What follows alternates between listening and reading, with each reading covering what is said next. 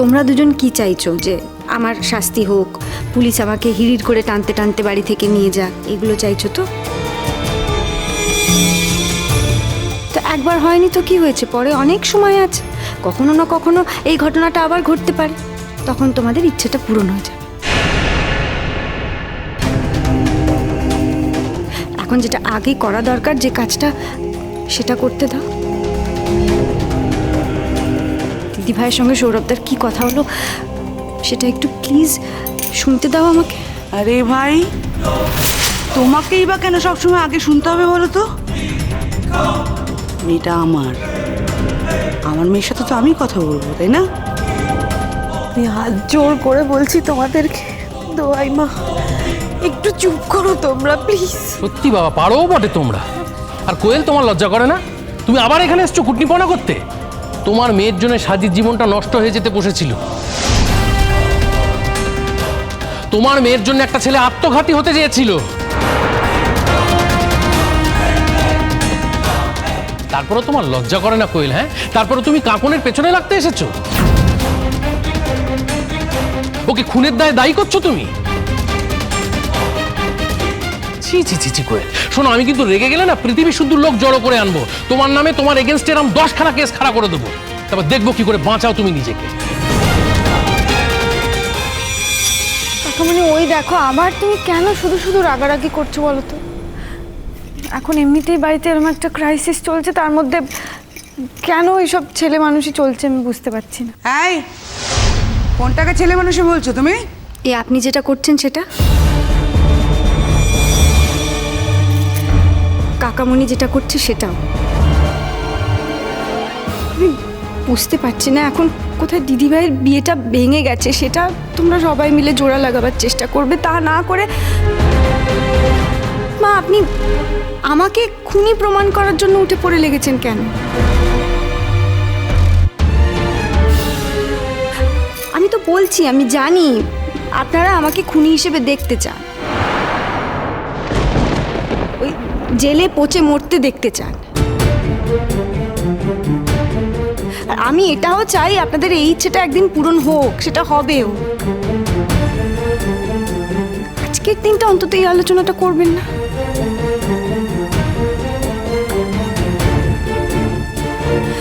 ও দিদি ভাই, তুমি তুমি বলো তো আগে, তুমি এক্ষুনি বললে যে সমস্ত কিছু মিটে গেছে, তারপরে আবার কান্নাকাটি করছো, মানে কি? কিছু তো বুঝতে পারছি না, ঠিক করে বলো না।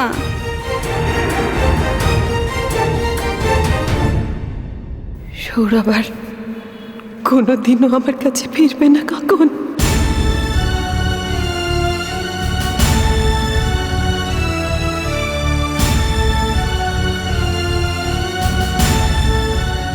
কি বলছিস সাজি? না না, এ হতে পারে না। ফিরবে না মানে? কে বলেছে ফিরবে না? হ্যাঁ, একদিন ধরে যে মেয়েটাকে ভালোবেসেছে, এত কাছ থেকে চিনেছে, একদিনের ঘটনায় তাকে ভুলে যাবে, আবার এমন হয়?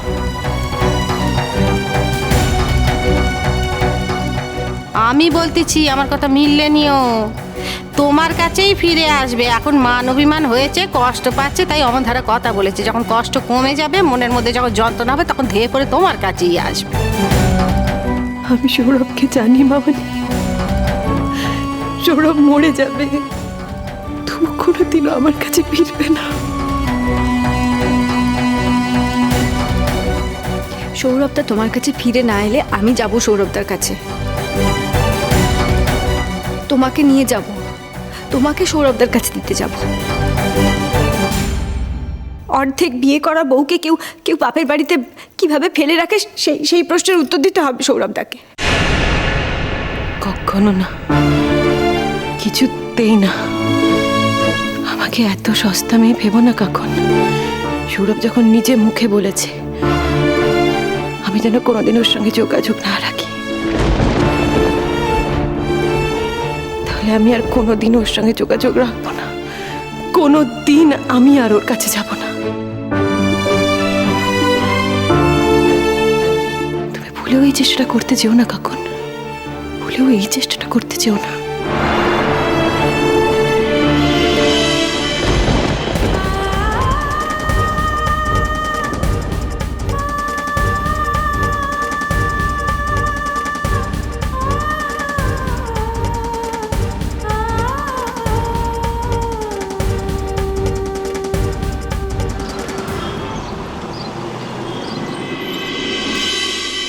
সৌরভদা, আপনি কিন্তু এই কথাটা দিদিভাইকে বলতে পারেন না। দিদিভাই যেটা করেছে সেটা কেন করেছে আপনি তো জানেন। আর সৌরভদা, দয়া করে তুমি কিন্তু এটা ভেবো না যে আমরা আমাদের দিদিকে গছানোর জন্য এখানে দরবার করছি। বালাই ষাট, আমি সে কথা ভাবতে যাবো কেন? তোমার দিদি তো আর যেমন তেমন মেয়ে না যে তাকে আমার ঘাড়ে গছাবার জন্য তোমরা আসবে আমার কাছে দরবার করতে। সে তো আমাকে প্রত্যাখ্যান করতে পারে, ইনফ্যাক্ট করে দেখিয়েও দিয়েছে। আচ্ছা সৌরভদা, আপনি ওইটা ধরেই বসে থাকবেন? আপনি দিদিভাইয়ের কথা একবারও ভাববেন না? আপনি জানেন এই কদিনে দিদিভাই কি কষ্ট পেয়েছে? তোমাদের দিদিভাই একাই কষ্ট পেতে পারে, তাই তো? না, তুমিও কষ্ট পেয়েছো, ইভেন অপমানিতও হয়েছো। আমি যদি তোমার জায়গায় থাকতাম তাহলে আমিও হয়তো এইভাবেই রিয়াক্ট করতাম। কিন্তু আর যাতে নতুন করে কোনো ভুল না হয় তাই তোমায় সতর্ক করতে এসেছি। কিসের ভুল?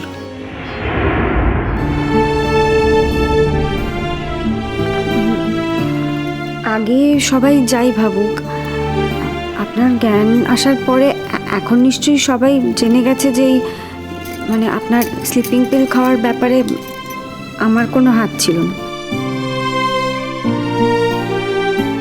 ছি ছি ছি কাকন, না, এই কথাগুলো বলে আমাকে প্লিজ আর লজ্জা দিও না।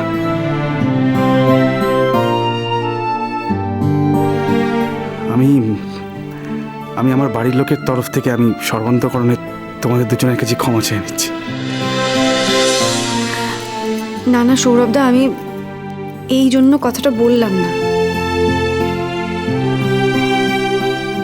দেখুন, ওই রকম একটা অবস্থায় আপনার বাড়ির লোকজনরা যেভাবে রিয়্যাক্ট করেছেন বা যা মনে করেছেন, আমি কিন্তু কোনোভাবেই তাদেরকে দোষ দিচ্ছি না। তারা তাদের জায়গায় ঠিকই করেছেন, আমরা হলেও হয়তো তাই করতাম। আমি কথাটা বললাম এই কারণে, আমি বলছি যে যদি আপনি যেটা করলেন সেরকম একটা কিছু দিদিভাই করে বসে, তাহলে আপনি নিজেকে ক্ষমা করতে পারবেন তো? এসব কি বলছো? কেন হতে পারে না? আর যদি এরকম হয় তখন তুমি নিজের কাছে কি জবাবদিহি করবে সৌরভদা? শোনো সৌরভদা, দিদি যদি তোমায় ভালো না বাসতো বা তুমি যদি দিদিকে ভালো না বাসতে তাহলে কিন্তু এই কথাগুলো আমরা এখানে বলতে আসতাম না। কিন্তু যেহেতু আমরা জানি যে তোমরা একে অপরকে প্রচন্ড ভালোবাসো, তাই এক প্রকার এখানে আসতে বাধ্য হলাম এবং এই কথাগুলো বলতে বাধ্য হচ্ছে। ধরে নাও যে আমরা তোমায় এখানে একটা ওয়ার্নিং দিতে এসেছি।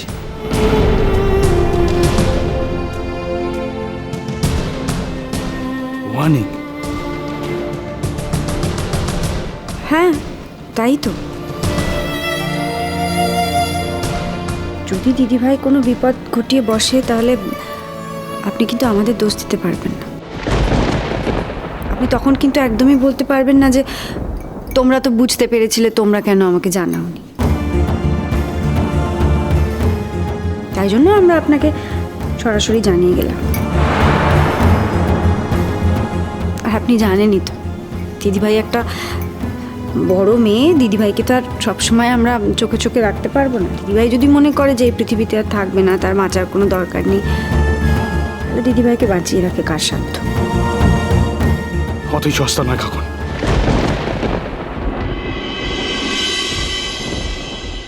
অত সস্তা নয়।